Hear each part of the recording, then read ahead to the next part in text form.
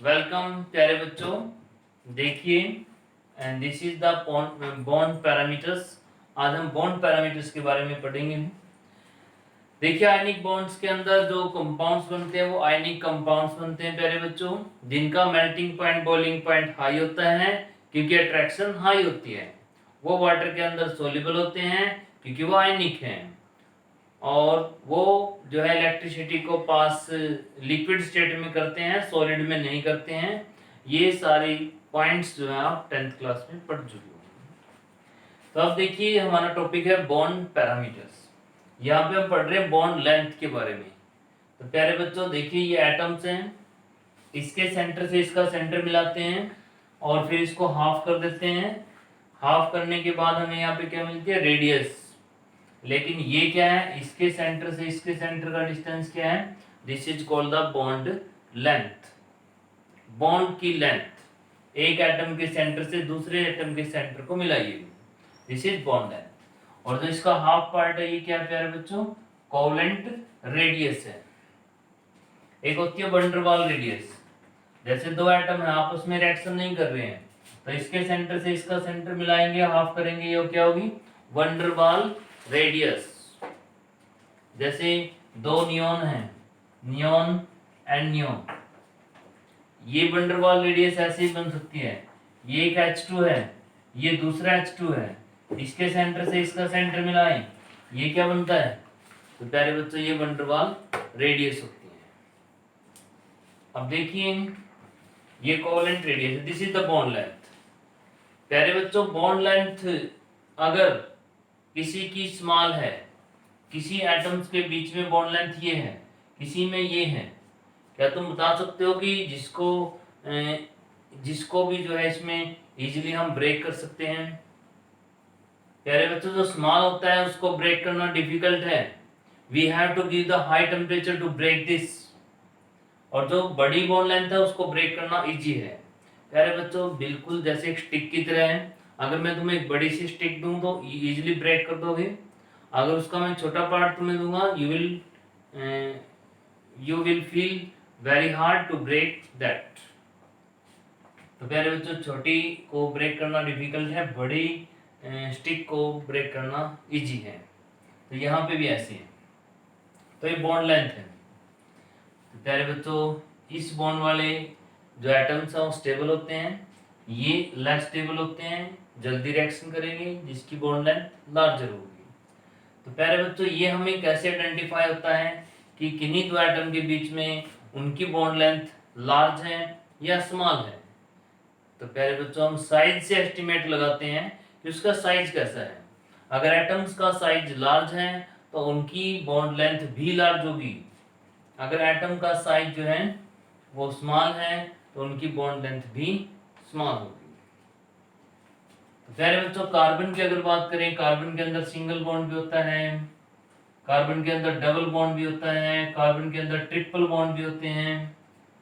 अगर हम ये बॉन्ड लेंथ का यहाँ पे कॉन्सेप्ट देखें, सिंगल बॉन्ड जो कार्बन में होता है वो उसकी बॉन्ड लेंथ सबसे बड़ी होती है, डबल वाले की बॉन्ड लेंथ उससे लेस होती है, ट्रिपल वाले की बॉन्ड लेंथ उसमें उससे भी लेस होती है।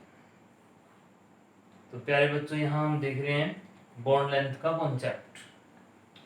ये बॉन्ड लेंथ क्या है और बॉन्ड लेंथ का रोल क्या है। Atom large, bond length large, bond length large, तो they will be more reactive, वो रिएक्शन जल्दी करेंगे। तो प्यारे बच्चों, अब हम इसका नेक्स्ट पॉइंट पढ़ते हैं, बॉन्ड एंगल। क्या पढ़ते हैं बच्चों, बॉन्ड एंगल। देखिए, बॉन्ड एंगल क्या होता है। बॉन्ड एंगल होता है angle between bonds, angle between bonds. दो बॉन्ड के बीच में एंगल क्या है, उसको क्या बोलते हैं, बॉन्ड एंगल है। जैसे देखिए, ये अमोनिया है, तो ये दो बॉन्ड है, इनके बीच में क्या एंगल है, this angle is called the bond angle, bond angle. तो angle between two bonds is called the bond angles. तो प्यारे बच्चों, बॉन्ड एंगल कब स्मॉल होंगे, कब लार्ज होंगे, ये भी डिपेंड करता है। अगर यहाँ पे नाइट्रोजन है, नाइट्रोजन की जगह मैं फास्फोरस कर देता हूँ, इसका साइज लार्ज हो जाता है। तो प्यारे बच्चों, ये लोन पेयर जो इलेक्ट्रॉन्स है वो ज्यादा रिपेल करते हैं और इसका बॉन्ड एंगल डिक्रीज कर जाता है। इसका बॉन्ड एंगल, यहाँ पे जो बॉन्ड एंगल है ये लेसर है और यहाँ पे जो बॉन्ड एंगल है वो ग्रेटर है, क्योंकि प्यारे बच्चों इसके लोन पेयर है वो रिपेल करते हैं और ये और भी क्लोज आ जाते हैं क्योंकि फास्फोरस का साइज लार्ज है, तो ये और क्लोज यहाँ पे आ सकते हैं। और यहाँ पे इनका क्लोज आना डिफिकल्ट है क्योंकि ऑलरेडी नाइट्रोजन का साइज स्मॉल है, ऑलरेडी ये क्लोज है। तो अगर बीच वाले एटम का साइज लार्ज होता है तो उसमें बॉन्ड एंगल डिक्रीज कर जाता है। तो प्यारे बच्चों देखिए, बॉन्ड एंगल डिफरेंट में डिफरेंट रहेगा। अगर किसी एक सेंटर में कोई एटम है, उसके चारों तरफ दो एटम है, तो वो 180 का एंगल बनाएंगे। अगर एक सेंटर में एटम है, तीन उसके चारों तरफ हैं, तो वो 120 का एंगल बनाएंगे। तो ये हम आने वाली थ्योरी के अंदर पढ़ने जा रहे हैं, VSEPR थ्योरी के अंदर। तो प्यारे बच्चों, ये है bond angle. Angle between to bond is called bond angle. तो क्लियर है बच्चों ये कॉन्सेप्ट बॉन्ड एंगल का। अब हम करेंगे बॉन्ड एंथैल्पी कि बॉन्ड एंथैल्पी क्या है।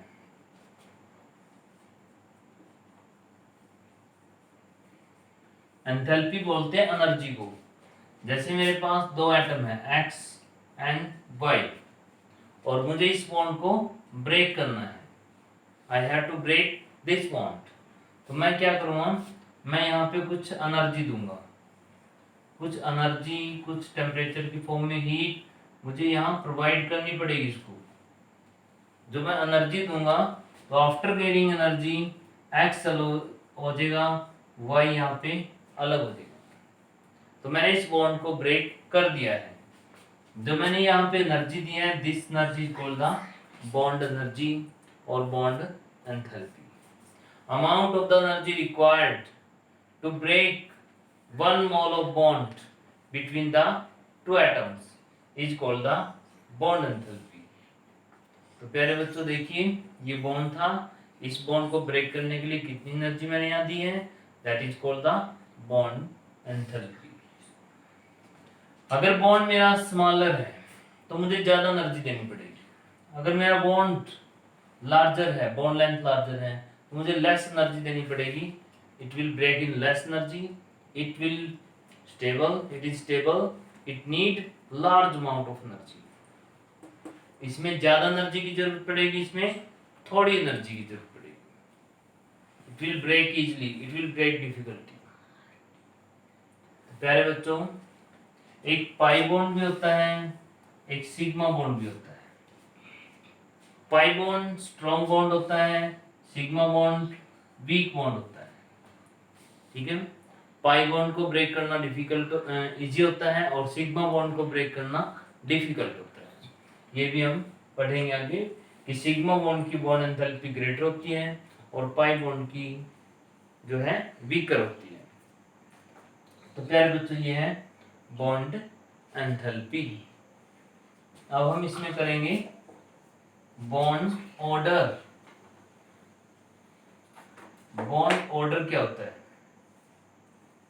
बॉन्ड ऑर्डर, बॉन्ड ऑर्डर का मीनिंग है नंबर ऑफ बॉन्ड। अगर बिल्कुल सिंपल लैंग्वेज में हम पढ़ रहे हैं तो नंबर ऑफ बॉन्ड्स है इसका मीनिंग। इसके डिटेल हम लास्ट में एमओ थ्योरी पढ़ेंगे, वहां पे भी करेंगे, लेकिन अभी तो हमें सिर्फ इतना जानना है कि बॉन्ड ऑर्डर क्या होता है। Bond order number of bonds होते हैं। अगर मैं कहूँ कि H2 के अंदर बॉन्ड ऑर्डर क्या है, तो प्यारे बच्चों H2 के अंदर बॉन्ड ऑर्डर जो है वो 1 है। अगर ये कहूँ कि मैं ऑक्सीजन के अंदर बॉन्ड ऑर्डर क्या है, तो ऑक्सीजन के अंदर बॉन्ड ऑर्डर 2 है। और नाइट्रोजन के अंदर बॉन्ड ऑर्डर क्या है, तो ये प्यारे बच्चों 3 है। तो इस तरीके से हम बॉन्ड ऑर्डर कह सकते हैं।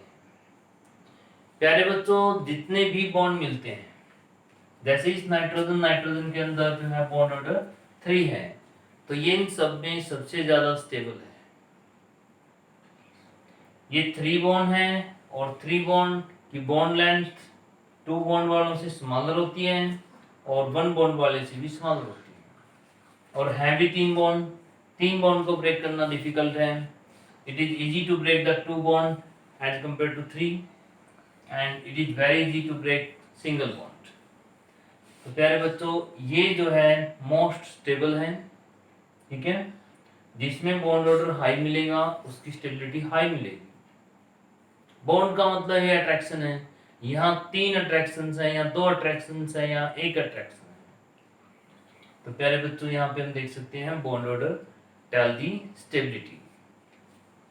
तो प्यारे बच्चों, ये थे कुछ कॉन्सेप्ट जो कि बॉन्ड पैरामीटर के साथ जुड़े थे, कि इनकी बॉन्ड लेंथ क्या है, बॉन्ड एंगल क्या होता है, बॉन्ड एंथैल्पी क्या होती है, बॉन्ड ऑर्डर क्या होते हैं। तो आज के लिए हम इतना ही करेंगे।